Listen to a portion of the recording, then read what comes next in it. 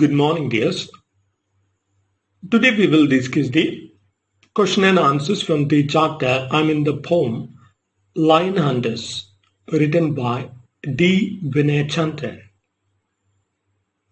You can see when you open the textbook at page number 141, you can see the poem Lion Hunters, and in page number 142, you can see there are given some topics, the terms and concepts, and also some topics for discussion and also assignment. So let's discuss, at least, for the sake of if you get some other topics other than what I really chose to give as the most important topics. If you get some other topics, you should be able to come up with your own answers. So I will give you some points that you can really elaborate once you get the possible questions other than what I give. Of course, ഈ ഒരു കവിത നമ്മളല്ല എങ്ങനെയൊക്കെ analyse ചെയ്താലും കാര്യങ്ങളൊക്കെ പറഞ്ഞു വരുമ്പോൾ പലതും അല്ലെ ഒന്ന് തന്നെയാണ്. ബട്ട് ടേംസ് ആൻഡ് കോൺസെപ്റ്റ്സിൽ നമ്മൾ കുറച്ച് കാര്യങ്ങൾ പറയേണ്ടത് ഉണ്ട്. നമ്മൾ ആൾറെഡി പറഞ്ഞിട്ടുണ്ടാവും, അതൊന്നും കൂടി നമുക്കൊന്ന് റീകോൾ ചെയ്യാം. സോ നോക്കുക, ആദ്യത്തെ ടേം നോക്കുക. ഫേബിൾ എന്ന് നമ്മൾ പറഞ്ഞു അല്ലെ. എന്താണ് ഫേബിൾ? ഫേബിൾ പറയുമ്പോൾ സ്റ്റോറി അല്ലെങ്കിൽ ഒരു പോയം അല്ലെ, എന്താവാ, അതൊരു സ്റ്റോറി തന്നെ ആവണമെന്നില്ല അല്ലെ. ഫേബിൾ എന്ന് പറയുമ്പോൾ സ്റ്റോറി തന്നെ ആവണമെന്നുണ്ടോ? ഒരിക്കലും ഇല്ല അല്ലെ. സാഹിത്യത്തിൽ അങ്ങനെ ഒരു നിർബന്ധവുമില്ല. ഇതിങ്ങനെ അല്ലെ, ഫേബിൾ എന്ന് പറയുമ്പോൾ അതൊരു ഷോർട്ട് സ്റ്റോറി ആവണം അല്ലെങ്കിൽ ഒരു നോവൽ ആവണം എന്നൊന്നുമില്ല അല്ലെ. ഇവിടെ എന്താണ്, ഇവിടെ ഇല്ല അല്ലെ, ചക്രവാളത്തിന് എന്താണ്, അതിരുകളില്ല അല്ലെ. ഇവിടെ നിയമബന്ധിതമല്ല, ഒന്നും നിയമബന്ധിതം എന്ന് നമുക്ക് പറഞ്ഞ് അല്ലെ അതിനെ അതിൻ്റെ ഉള്ളിൽ ഒതുക്കാൻ അല്ലെ നമുക്ക് ആർട്ടിൽ പറ്റില്ല. സോ അല്ലെ, കലയിൽ എന്താണ്, അങ്ങനെ ഒരു സ്വാതന്ത്ര്യം ഉണ്ട്. സോ ഫേബിൾ എന്ന് പറയുമ്പോൾ അല്ലെ നമ്മൾ എന്താ പറയാം, ചുരുക്കി a story or a piece of literature that really teaches you a lesson. നിങ്ങളെ അല്ലെ എന്തെങ്കിലും ഒരു കാര്യം അല്ലെ പഠിപ്പിക്കുക. സോ നമ്മളെ ഫേബിൾസിലല്ലേ എന്തായിരിക്കും, it will of course give you a message അല്ല, ഒരു മെസ്സേജ് നമുക്ക് തരുന്നതായിരിക്കും. But that message will be carried to you through some animal characters. Mostly some animal characters ആയിരിക്കും ഇതിൽ വരിക, ഫേബിൾസിൽ വരിക. നമ്മൾ പറഞ്ഞു അല്ലെ, ഗ്രേറ്റ് ആയിട്ടുള്ള ഫേബിൾ നോവൽസ് ഒക്കെ ജോർജ് ഓവൽ അല്ലെ, ജോർജ് ഓവലിന്റെ ആനിമൽ ഫാം അല്ലെ, ആനിമൽ ഫാം ആ ഒരു ടൈമിൽ നമ്മളെ ക്രൂരമായ ഭരണ സംവിധാനമൊക്കെ നിലനിന്ന സമയത്ത് അല്ലെ, ഒരു രാജ്യത്തെ ആൾക്കാരെ ഒക്കെ കളിയാക്കിക്കൊണ്ട് പുറത്തു വന്ന ഒരു വലിയ വർക്കാണ് ആനിമൽ ഫാം. അല്ലെങ്കിൽ 1984 ജോർജ് ഓവലിന്റെ തന്നെ 1984 അങ്ങനെയുള്ള കുറെ വർക്കുകൾ, ഇതൊക്കെ നമുക്ക് എന്താണ്, ഫേബിൾസ് ആണ് അല്ലെ. ആനിമൽ ക്യാരക്ടറായിട്ട് വരുന്നതാണ്. ആനിമൽ ക്യാരക്ടർ തന്നെ ആവണം എന്നില്ല, ബട്ട് മോസ്റ്റ്ലി എന്തായിരിക്കും, ഫേബിൾസിൽ എപ്പോഴും ആനിമൽ ക്യാരക്ടേഴ്സ് ആണ് വരിക. നെക്സ്റ്റ് ടോപ്പിക് നോക്കുകയും സെൽഫ് റെഫറൻഷ്യൽ പോം. സോ നമ്മൾ ഇതൊക്കെ കിട്ടിക്കഴിഞ്ഞാൽ ഇതിലൂടെ പറഞ്ഞു വന്നിട്ട് നമ്മൾ എന്ത് ചെയ്യാം, ലയൺ ഹണ്ടേഴ്സിലോട്ട് തന്നെ എത്തുക എന്നുള്ളതാണ്. സോ എക്സാമിന് ആൻസർ എഴുതുക എന്ന് പറയുന്നത് എന്താണ്, ഇറ്റ് ഈസ് എ ട്രിക്ക് എന്നുള്ളതാണ്. മോർ ദാൻ നമ്മുടെ എന്താണ് ആ ഒരു വിവരം കാണിക്കലിന് അപ്പുറത്തൊട്ട് അത് എന്താണ്, ഒരു ഫോക്സിന്റെ ഒരു കണ്ണിങ്നെസ് എന്നൊക്കെ പറയേണ്ടി വരും. സോ അതാണ്. സോ സെൽഫ് റെഫറൻഷ്യൽ പോം എന്ന് പറയുമ്പോൾ നമുക്ക് എന്തൊക്കെ പറയാം, സെൽഫ് റെഫറൻഷ്യൽ അല്ലേ. സോ കവി എന്ത് ചെയ്യാ, കവിയുടെ ഉള്ളിലോട്ട് തന്നെ നോക്കുന്ന കവിതകൾ, അങ്ങനെയുള്ള കവിതകളല്ലേ നമുക്കറിയാം എന്താണ്, ആത്മപരാംശം ആയ അല്ലെ, ഓട്ടോബയോഗ്രാഫിക്കൽ പോയംസ് എന്ന് വേണമെങ്കിൽ നമുക്ക് പറയാം. അങ്ങനെ നോക്കുമ്പോൾ അല്ലെ എല്ലാ കവിതയും എന്താണ്, ഓട്ടോബയോഗ്രാഫിക്കലാണ് അല്ലെ, അങ്ങനെയല്ലാത്ത ഒന്നുമില്ല അല്ലെ. കവി ഹൃദയം എന്ന് പറയുന്നത് തന്നെ അല്ലെ അദ്ദേഹത്തിന്റെ ചിന്തകളുടെ ഒരു പാത്രമാണ് അല്ലെ, ഒരു വെസലാണ് എന്ന് പറയാം. അവിടെ നിന്ന് വരുന്നതൊക്കെയും എന്തായിരിക്കും, ഓട്ടോബയോഗ്രാഫികൾ തന്നെ ആയിരിക്കും അല്ലെ. അതിൽ എൻ്റെതായ അല്ലെ ഞാൻ എന്ന അംശം ഒട്ടും ഇല്ല എന്ന് പറയുകയാണെങ്കിൽ പോലും എന്താണ്, അത് കവിയുടെ ചിന്ത തന്നെയാണ് അല്ലെ, അദ്ദേഹത്തിന്റെ മനസ്സിലൂടെ ജീവിച്ചു വന്ന ഒരു ചിന്തയാണ്. അതുകൊണ്ട് തന്നെ അതെന്താണ്, ഓട്ടോബയോഗ്രഫിക്കൽ ആയിരിക്കും. So in a way I will say every poem is or every piece of literature is autobiographical, self referential. But അത് ഇവിടെ അല്ല, നമ്മൾ അതും പറഞ്ഞ് ഇരുന്നിട്ട് കാര്യമില്ല. ഈ ഒരു ക്വസ്റ്റ്യൻ നമ്മൾ ആ ഒരു രീതിയിൽ അല്ല പറയേണ്ടത്, അല്ലെ നമ്മൾ പറഞ്ഞിട്ട് വേറെ രീതിയിൽ പറയണം. ഇവിടെ ഡയറക്റ്റ് ആയിട്ടല്ല സെൽഫ് റെഫറൻസ് ഉള്ള അല്ലെ, ഞാൻ എന്ന രീതിയിൽ അല്ലെ ഐ എന്നെടുത്ത് പറയുന്നുണ്ട് നമ്മുടെ കവിത അല്ലെ. നോക്കിയാൽ മതി ഇവിടെ എന്തുണ്ട്, എന്താ പറയുന്നത്, when everything ends. സോ നമ്മളെപ്പോഴും കവിത ആണെങ്കിൽ അല്ലെ, ഒരു എസ്സേയോ പാരഗ്രാഫോ ഒക്കെ ആണെങ്കിൽ കവിതയിൽ ഒരു രണ്ട് ലൈൻ നമ്മളത് എങ്ങനെങ്കിലും, അത് വലിയ ലൈനൊന്നും വേണമെന്നില്ല. ഞാൻ പറഞ്ഞു അല്ലെ, എന്താണ് ആൻസറിന്റെ നടുക്ക് അല്ലെ എന്ത് ചെയ്യുക, അല്ല നെക്സ്റ്റ് ലൈനിൽ വൃത്തിയായിട്ട് അല്ല എന്ത് ചെയ്യണം, ആ ഒരു കൊട്ടേഷൻ ഭംഗിയായിട്ട് അവിടെ എഴുതിയതായിട്ട് കാണണം, കൊട്ടേഷൻ മാർക്കിട്ട്. സോ അപ്പൊ നമുക്ക് എഴുതാൻ പറ്റിയ ഒരു ലൈനാണ് ഇത്. When everything ends, I live in my words. അല്ലെ, എല്ലാം അവസാനിച്ചാലും ഞാൻ എൻ്റെ വാക്കുകളിലൂടെ ജീവിച്ചുകൊണ്ടേ ഇരിക്കുകയാണ് എന്നുള്ള കവിയുടെ ആ ഒരു ആറ്റിറ്റ്യൂഡ്. അതിന് എൻ്റെ പേരിൻ്റെ ആവശ്യമൊന്നുമില്ല എന്നുള്ളതാണ്. സോ മൈ നെയിം അല്ലെ, I mean the name with which a person really identifies the writer, that is not that much important. അല്ലെ, ഒരു കണക്കിന് നോക്കിയാൽ അല്ലെ, ഞാൻ പറഞ്ഞു എല്ലാ കവിതയും വരുന്നത് അല്ലെ കവി ഹൃദയത്തിലെ അദ്ദേഹത്തിന്റെ ഓഫ് കോഴ്സ് ചിന്തയിലൂടെയാണ്. ചിന്ത എന്ന് പറയുന്നത് അല്ല, അദ്ദേഹത്തിന്റെ ജീവനിലൂടെ കടന്നു വന്നിട്ടുള്ള ഒരു സാധനമാണ്. അതുകൊണ്ട് തന്നെ നമുക്ക് പറയാം അല്ലെ, ഞാൻ അല്ലെ ജീവിക്കുക തന്നെയാണ് അല്ലെ, എൻ്റെ ചിന്ത ജീവിക്കുന്നുണ്ടെങ്കിൽ അല്ലെ, ഞാൻ of course I am here അല്ലെ, സം ദാറ്റ് എന്നുള്ളതാണ്, ഐ വിൽ ബി ഹിയർ എന്നുള്ളതായിരിക്കും അല്ലെ ശരി. സോ സെൽഫ് റെഫറൻഷ്യൽ കവികൾ അല്ലെ ആരൊക്കെയായിരിക്കും നമുക്ക് അല്ലെ, ആരൊക്കെ പറയാം, എല്ലാ കവികളെയും പറയാം അല്ലെ, വേർഡ്സ് വർത്ത് ആയാലും ഷെല്ലി ആയാലും അല്ലെ, കീറ്റ്സ്, റൊമാൻറ്റിക്കല് തന്നെ പിടിക്കണം എന്നില്ല അല്ലെ, നമുക്ക് വേറെ പലരെയും അല്ലെ പറയാം. ഐ എന്നുള്ള രീതിയിൽ കവിത എഴുതുന്ന എല്ലാവരെയും, എമിലി ഡിക്കിൻസൺ, മോസ്റ്റ് ഓഫ് അല്ലെ സെൽഫ് റെഫറൻഷ്യൽ കവികളിൽ നമുക്ക് കൂളായിട്ട് പെടുത്താൻ പറ്റുന്നവരാണ് കൺഫെഷണൽ പോയറ്റ്സ് ഒക്കെയും.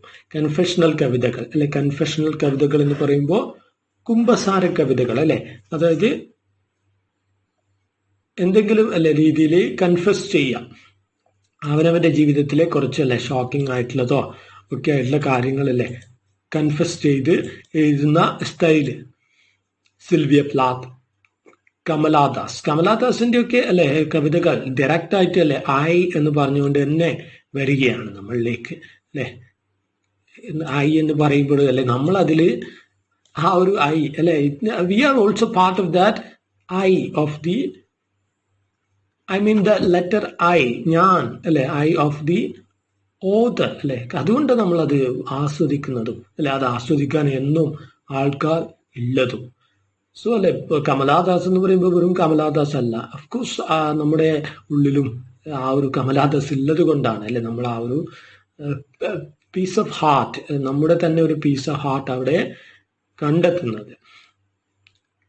അല്ലെങ്കിൽ അല്ലെ ഒരു കൺഫെഷണൽ കവിതയും ആസ്വാദ്യപരമാകില്ല അല്ലെ, ഒരു കവിതയും ആസ്വാദ്യപരമാകില്ല എന്നുള്ളതാണ്. സോ സെൽഫ് റെഫറൻഷ്യൽ കവിതകളിൽ അല്ലെ കൺഫെഷണൽ കവിതകളൊക്കെ നമുക്ക് ഉൾപ്പെടുത്താം അല്ലെ. I to call myself I എന്നൊക്കെ കമലാദാസ് പറയുമ്പോൾ അല്ലെ, അതാണ്. അല്ലെങ്കിൽ സിൽവിയ പ്ലാത്തിന്റെ ഡാഡി അല്ലെ, അങ്ങനെയുള്ള ഒരു എല്ലാ കവിതകളിലും അല്ലെ ഞാൻ എന്നുള്ള ചിന്ത തന്നെയാണ്. സോ കവിക്കറിയാം ഞാൻ എന്നതിൽ കെട്ടിവരിഞ്ഞ് പോകുമ്പോഴും അല്ലെ, അത് നമ്മൾ എന്തുകൊണ്ടാണ് അത് ആസ്വദിക്കുന്നത്, അത് കവി മാത്രമല്ല അല്ലെ, എന്താണ് അവിടെ നമ്മളും അല്ലെ ഉണ്ടെന്നുള്ളതാണ്. പല സ്ഥലത്തും നമ്മളും അവിടെ എവിടെയൊക്കെയോ ഉണ്ട് അല്ലെ, ചിതറി കിടക്കുന്നുണ്ട്. അതല്ലേ ഒന്ന് സമാഹരിക്കാനുള്ള കവിയുടെ ഒരു ശ്രമമാണ് അല്ലെ. അത് കവിത നമ്മളോട് ഷെയർ ചെയ്യുമ്പോൾ കവി അത് തന്നെയാണ് ചെയ്യുന്നത് അല്ലെ. എൻ്റെ പീസ് ആണിത്.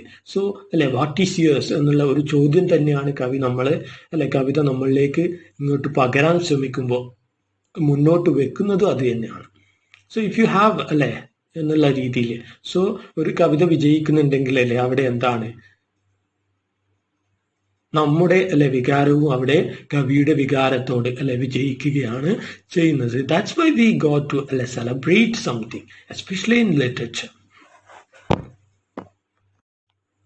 നെക്സ്റ്റ് ഒരു ടോപ്പിക് നോക്ക്, അലൂഷൻ. അല്ലെ അലൂഷൻ എന്ന് പറഞ്ഞാൽ നമുക്കറിയാം അല്ലൂഡ് ടു അല്ലെ, എന്ത് പോയിന്റ് അറ്റ് അല്ലെങ്കിൽ ഹിന്റ് അറ്റ് എന്നൊക്കെ പറയാം. എന്തിനെങ്കിലും കുറിക്കുക അല്ലെങ്കിൽ സൂചിപ്പിക്കുക എന്നൊക്കെയാണ് ഉദ്ദേശിക്കുന്നത്.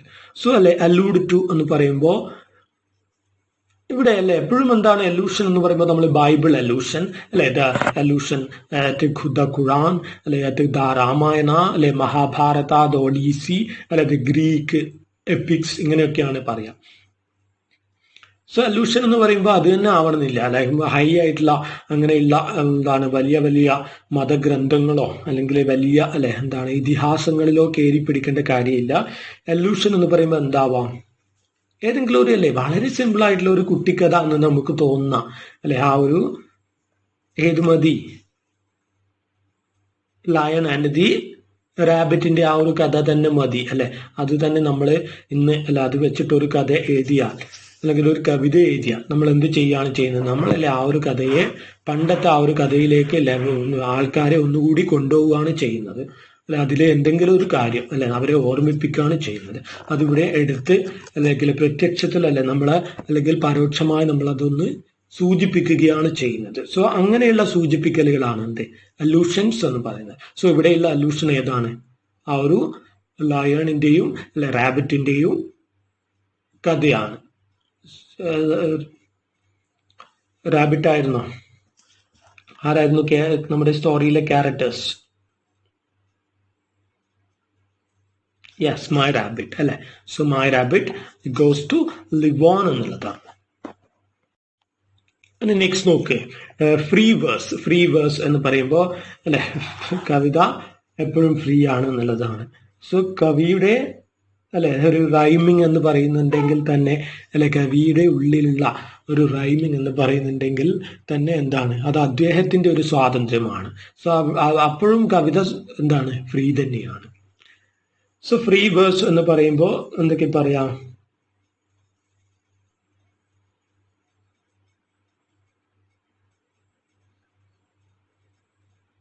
എന്തൊക്കെ നമുക്ക് പറയാം. ഫ്രീ വേഴ്സ് എന്ന് പറയുമ്പോൾ സ്വതന്ത്രമായിട്ടുള്ള അല്ലെ രീതിയിൽ എഴുതുന്ന കവിത എന്ന് പറഞ്ഞു വരാം. നിയമബന്ധിതമല്ലാത്ത അല്ലെ poem that never cares to follow strict line lengths and all അല്ലെ. അങ്ങനെ ലൈൻ ലെങ്ത്, ഒന്നാമത്തെ ലൈനിൽ ഇത്ര അല്ലെ ലെങ്ത് ഉണ്ട്, അപ്പോൾ സെക്കൻഡ് ലൈനും ഇത്ര വേണം അല്ലെ. പിന്നെ എന്താണ് കുറച്ച് എന്ത് വേണം, കവിത ആവുമ്പോൾ അല്ലെ ഇവിടെ റൈമിങ് ഉണ്ടാവണം അല്ലെ, റൈംസ്. അത് അങ്ങനെയുള്ള നിയമങ്ങളൊന്നും ഇല്ലാണ്ട് എഴുതുന്ന അല്ലെ സ്വതന്ത്രമായ കവിതകൾ. സോ നമ്മുടെ കവിത അങ്ങനെയാണെന്ന് ചോദിച്ചാൽ അല്ലെ അങ്ങനെ പറഞ്ഞു വരണം അല്ലെ. ഇവിടെ എന്തില്ല അങ്ങനെ ഒരു അല്ലെ കൃത്യമായ കാര്യങ്ങളൊന്നും ഇല്ല എന്നുള്ളതാണ്.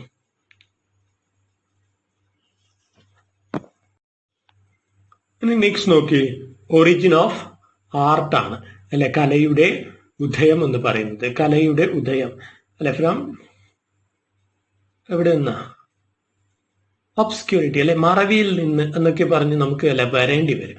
കലാകാരന്മാരല്ലേ ആദ്യത്തെ ആരും എന്താണ് രേഖപ്പെടുത്തപ്പെട്ടിട്ടില്ലാത്ത കലാകാരന്മാരാണ് അല്ലെ.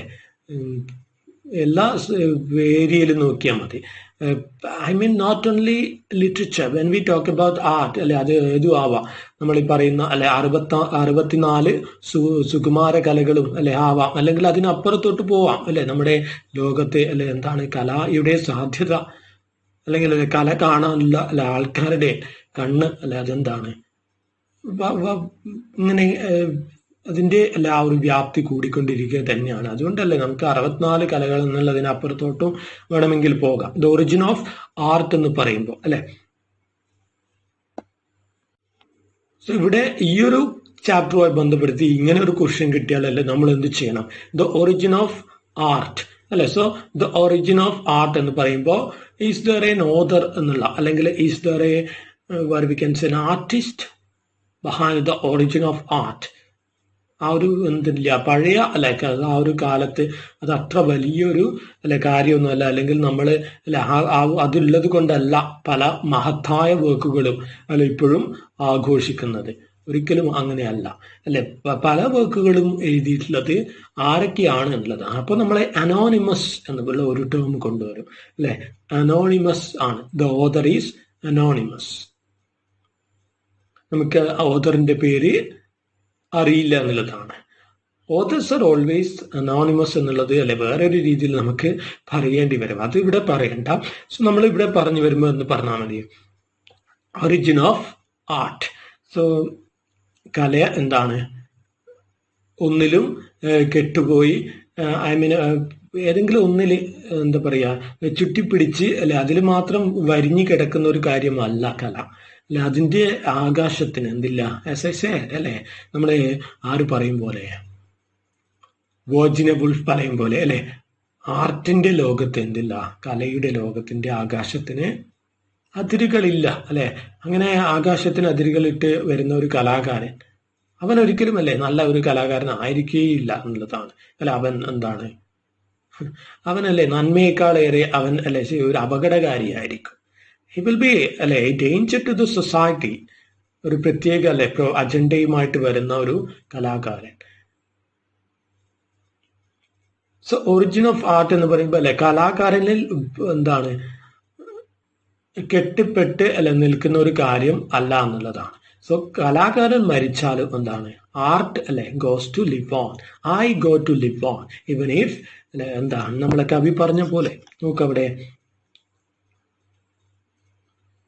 ഐ ആം ഡെഡ് അല്ലെ ഫിസിക്കലി, ആ ഒരു ഭൗതികപരമായിട്ടും അല്ലെ എൻ്റെ ശരീരം അല്ലെ ഇവിടുന്ന് പോയാലും എന്താണ്, എൻ്റെ ഹൃദയത്തിൽ ജീവിച്ച വാക്കുകളിലൂടെ അല്ലെ അതിങ്ങനെ ഗോസ് ടു ലിവ് ഓൺ എന്നുള്ളതാണ്. സോ ആർട്ട് ഈസ് എറ്റേണൽ എന്നുള്ളതാണ് അല്ലെ. ആ ഒരു കല എന്ന് പറയുന്നത് എന്താണ്, എന്നും നിലനിൽക്കുന്നതാണ്. ഈവൻ ആഫ്റ്റർ അല്ലെ ദ കലാകാരൻ ഇറ്റ് പാസസ് എവേ അല്ലെ. സോ ഈ ഒരു ക്വസ്റ്റ്യൻ കിട്ടിയാൽ നമുക്ക് കൂളായിട്ട് എഴുതാം. അങ്ങനെ അടുത്ത നോക്കി, the concept of the author അല്ലെ. ഇത് നമ്മൾ ക്വസ്റ്റ്യനിൽ എന്തായാലും പറയുന്നുണ്ട്. റൊളാം ബാർത്തസിന്റെ ഐഡിയ ഓഫ് ഓതറും ഒക്കെ നമ്മൾ പറയുന്നുണ്ട്. സോ അത് കൂളായിട്ട് നമുക്ക് എഴുതി വരാനുള്ളതേ ഉള്ളൂ. Whether the author is important in a work അല്ലെ. നമ്മൾ അങ്ങനെയാണെങ്കിൽ why we still goes to celebrate the work അല്ലെ. അത് ആ ഒരു ലയണിന്റെയും റാബിറ്റിന്റെയും ആ ഒരു ചെറിയൊരു സ്റ്റോറി അല്ലെ, അത് നമ്മൾ അല്ലെ ഇപ്പോഴും എന്തിന് നമ്മളിങ്ങനെ അല്ലെ എപ്പോഴും എടുത്തിങ്ങനെ സെലിബ്രേറ്റ് ചെയ്യുന്നു എന്ന് ചോദിച്ചാൽ അതിന് മറുപടി ഇല്ല. അല്ലെ ഓതർ ഇമ്പോർട്ടൻ്റ് ആണെന്ന് നിങ്ങൾ പറയുകയാണെങ്കിൽ. സോ അതാ പറയുന്നത്, അതുമായിട്ട് കണക്ട് ചെയ്തിട്ട് നമുക്ക് എഴുതാം അല്ലെ. Roland Barthes idea of the death of the author.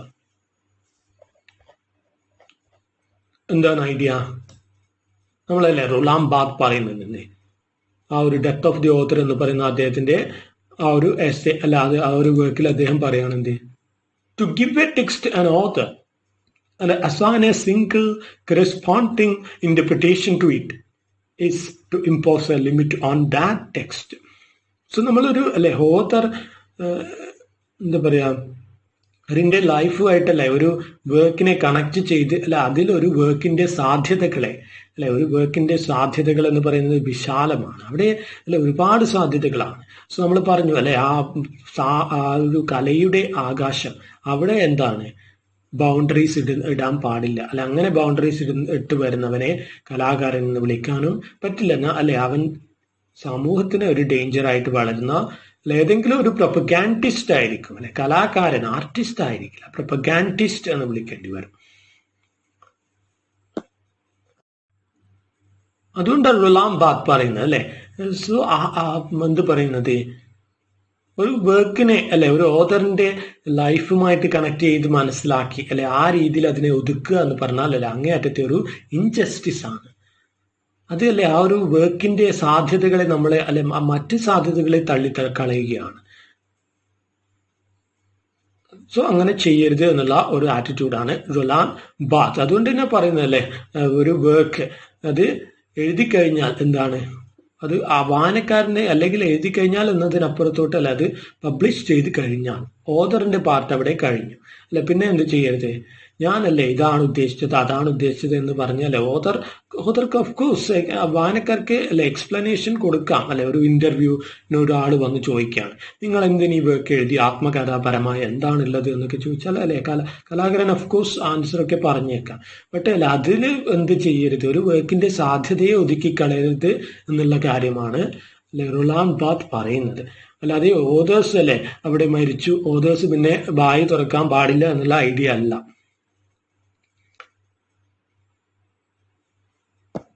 അങ്ങനെ ഒരു ഐഡിയ അല്ല.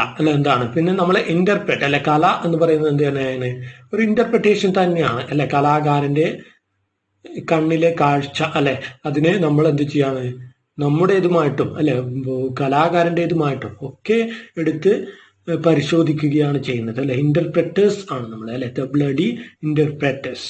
സോ അങ്ങനെ നിൽക്കുമ്പോൾ അല്ലെ നമ്മൾ എന്ത് ചെയ്യരുത്, ഒരു വർക്കിന്റെ സാധ്യതയെ അല്ലെ ഒന്നിൽ മാത്രം ഒതുക്കാതെ അല്ലെ എന്താണ് കലയുടെ ആകാശം അല്ലെ. വെർജിനിയ വുൾഫ് പറഞ്ഞ അതേ ഐഡിയ നമുക്ക് പിടിക്കാം അല്ലെ. അവർ വെർജിനിയ വുൾഫ് പറയുന്നുണ്ട് എന്ത്, ഏത് വർക്കിൽ അങ്ങനെ പറയുന്നത്, മോഡേൺ ഫിക്ഷൻ എന്ന് പറയുന്ന ഒരു വർക്കിൽ നമുക്ക് അതുമായിട്ടൊക്കെ കണക്ട് ചെയ്ത് ഇതിനെ സംസാരിക്കാം, ഒരുപാട് വേണമെങ്കിൽ സംസാരിക്കാം. മോഡേൺ ഫിക്ഷനിൽ അവർ പറയുന്നുണ്ട് അല്ലെ കലയുടെ ആകാശം, അവിടെ എന്താണ് അതിരുകളില്ല, അതിര് വെക്കുന്നവൻ കലാകാരനുമല്ല, അവൻ വെറും പ്രൊപ്പഗാൻഡിസ്റ്റ് ആണ് അല്ലെ, അങ്ങനെ വിളിക്കാൻ പറ്റും അല്ലെ, ഡേഞ്ചറസ് പ്രൊപ്പഗാൻഡിസ്റ്റ് എന്ന് പറയാം. Now let's discuss our ready-made question and answers. Okay, come to Lionanders, written by D. Vinay Chandran, who was born in 1946 and passed away in 2013. So, as we know, ഈ ഒരു ചാപ്റ്റർ എന്താണ്, it is prescribed for guided self study. So guided self study ആയതുകൊണ്ട് തന്നെ there will be only paragraph questions from this പോം. So അല്ല paragraph നമുക്ക് കൂളായിട്ട് എഴുതാം അല്ലെ. ആൾറെഡി ഒരുപാട് ഐഡിയാസ് ഞാൻ തന്നു, അത് നമുക്ക് വെച്ചിട്ട് അല്ലെ എഴുതാവുന്നതേ ഉള്ളൂ. ഒന്നും അറിയാത്ത കുട്ടിക്ക് വരെ എന്ത് ചെയ്യാം, ഇംഗ്ലീഷിലോട്ട് അത് മാറ്റി അല്ലെ എഴുതാൻ ശ്രമിക്കാം. സോ നമുക്ക് നോക്കാം എന്തൊക്കെ ക്വസ്റ്റ്യൻ ആണ് മെയിൻ ആയിട്ട് ഇമ്പോർട്ടന്റ് ആയിട്ട് ചോദിക്കുന്ന ക്വസ്റ്റ്യൻസ് ആണ്. Analyze the concept of the author based on the poem Lionanders. The second question, okay. The role of the author in literature as seen in the poem Lionanders. Third question, okay. The birth of the reader must be at the cost of the death of the author. So that idea, Rölan Barth. Illustrate in relation to the poem Lionanders.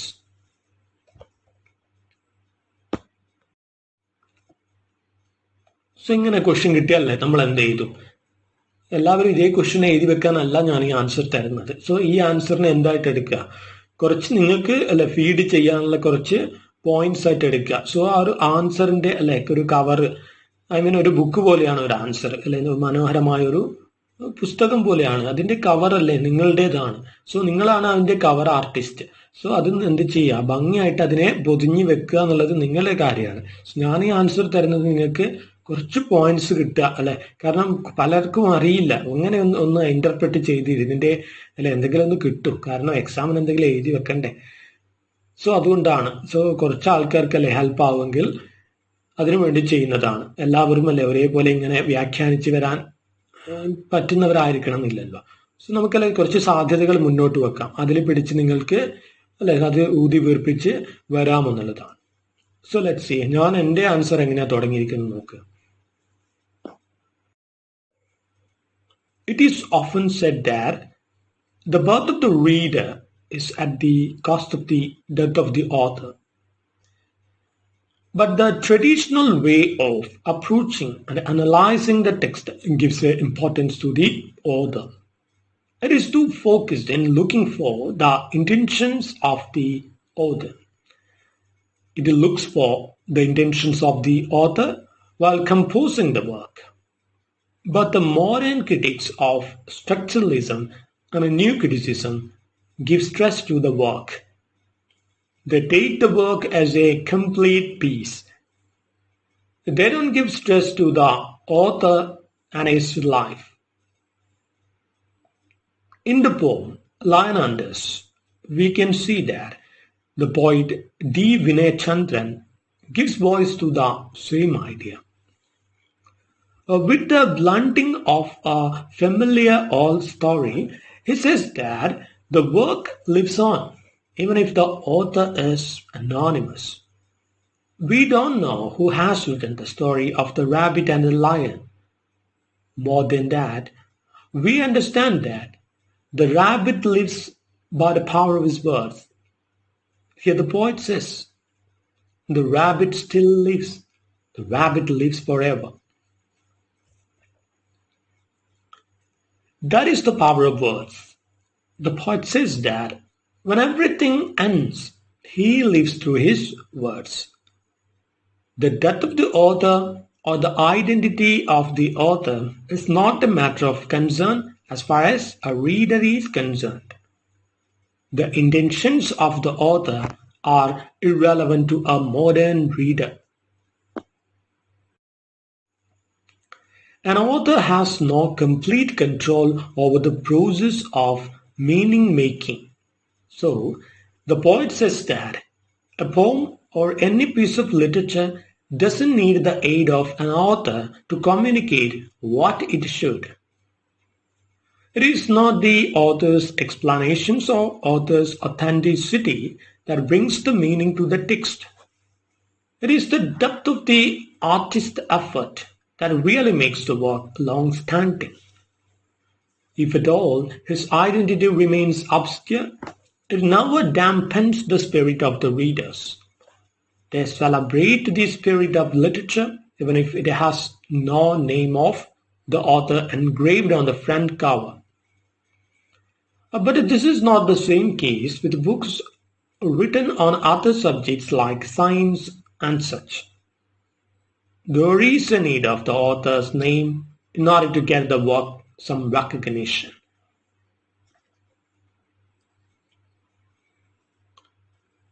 While science celebrates the art of empirical truth, literature celebrates the words of the writers who silently passed to obscurity, leaving the fate of his words to posterity. In the poem Lion and Us, the lion symbolizes time, or we can say death. Writers are the people who live on, even after their death, only through the power of the words. They are the lion and us, those who have conquered death forever.